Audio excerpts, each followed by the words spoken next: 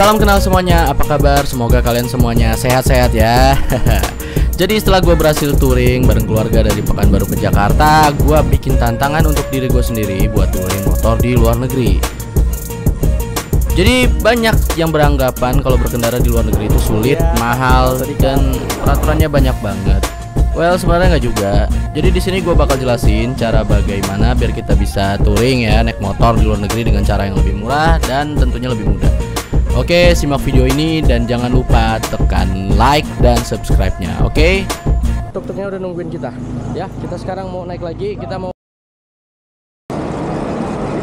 Oh, itu dia kayaknya tuh. Itu. Di sana.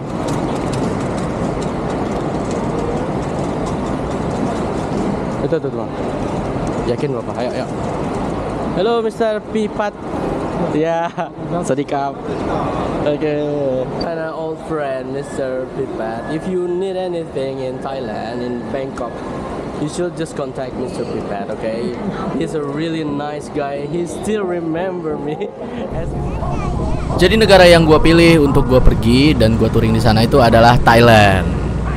Nah, kenapa Thailand?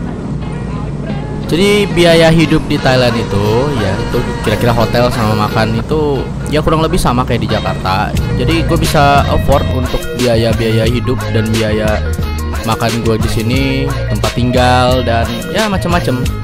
Dan satu lagi ya, vibes-nya itu ya kurang lebih sama sih kayak di Jakarta ya. Chaos-chaosnya juga sama ya. Dan yang ketiga adalah peraturan. Peraturan di sini ya gue bisa bilang ini nggak terlalu ketat tapi nggak juga. Nah, seperti apa peraturannya nanti akan gue jelasin.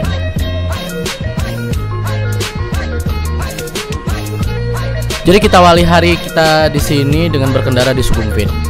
Nah, Sukhumvit itu nama jalan ya. Yang kurang lebih kalau di Jakarta tuh kayak Jalan Sudirman.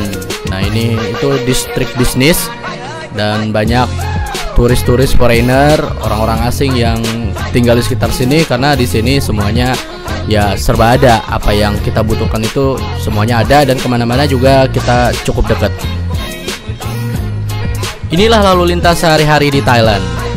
Padat, iya, tapi di ruas-ruas jalan tertentu saja.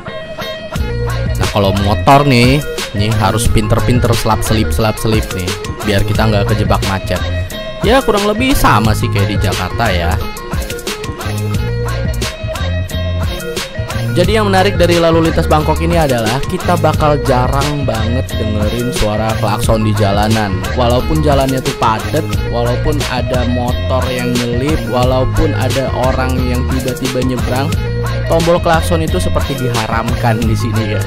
Sejarang banget denger klakson di sini, paling sekali dua kali. Jadi pertama kali gua riding di sini tuh ya karena kebiasaan gua di Indonesia, apa-apa gua klakson. Dan setelah gua perhatiin dan ini tidak lumrah di sini. Jadi juga gua harus membiasakan diri dengan hal itu.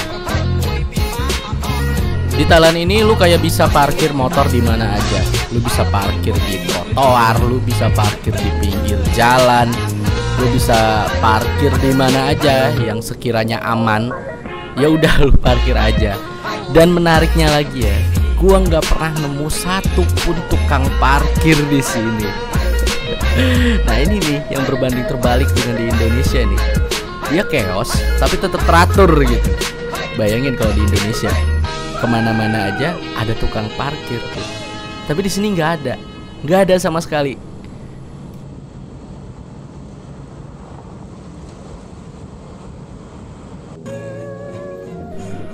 Oh ya, satu hal lagi yang gue mesti kasih tahu kalian ini juga menarik nih ya.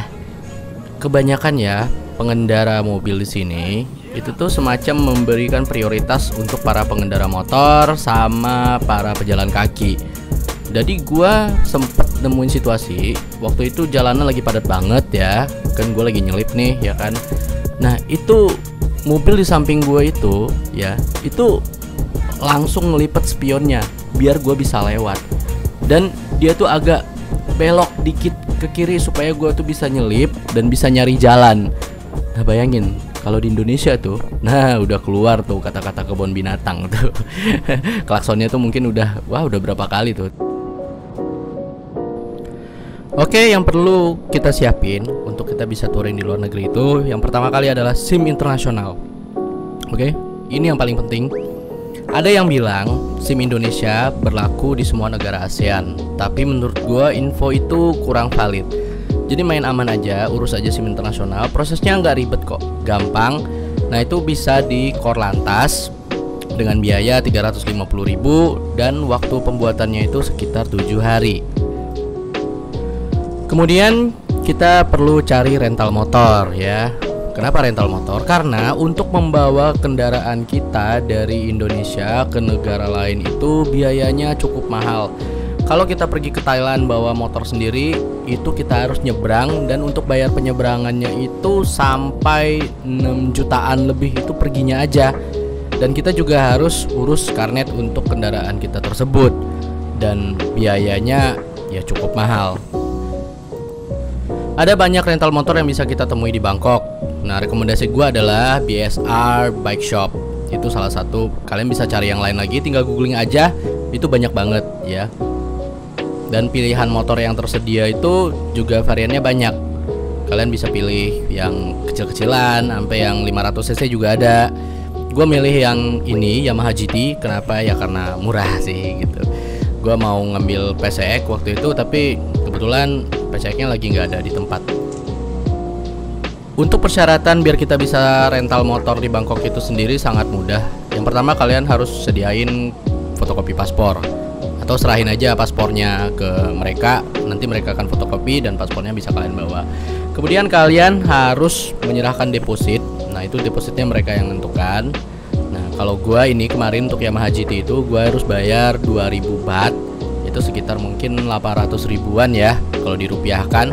Dan deposit tersebut bisa kita ambil lagi setelah motornya itu dikembalikan ke rentalnya tersebut.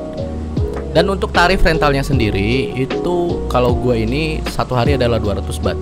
Berarti kalau dihitung itu sekitar 90 ribuan gitu per hari. Cukup murah kan? Ya emang sih. Untuk harga BBM per liternya di Thailand itu ya, gue saranin kalian untuk isi di Shell karena tersedia di mana-mana aja.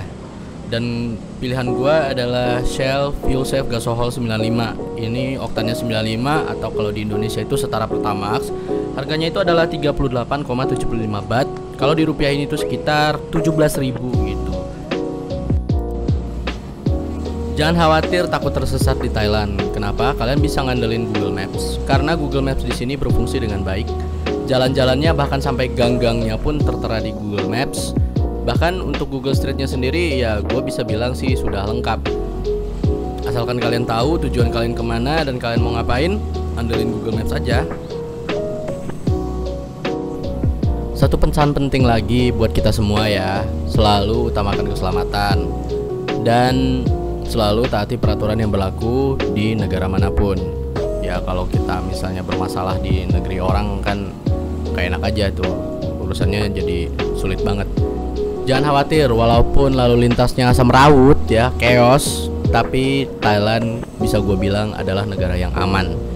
Gue belum pernah dengar ada kabar-kabar tentang begal dan kriminal yang seperti itu di sini. Oke, sekian dulu video kita kali ini. Di video selanjutnya gue akan explore tempat-tempat di Thailand yang mana aja yang seru, yang bisa kita jangkau dengan motor, dan ada hal yang berbeda nanti di video selanjutnya. Oke, see you next time. Salam kenal semuanya dan tetap hati-hati di jalan. Bye bye.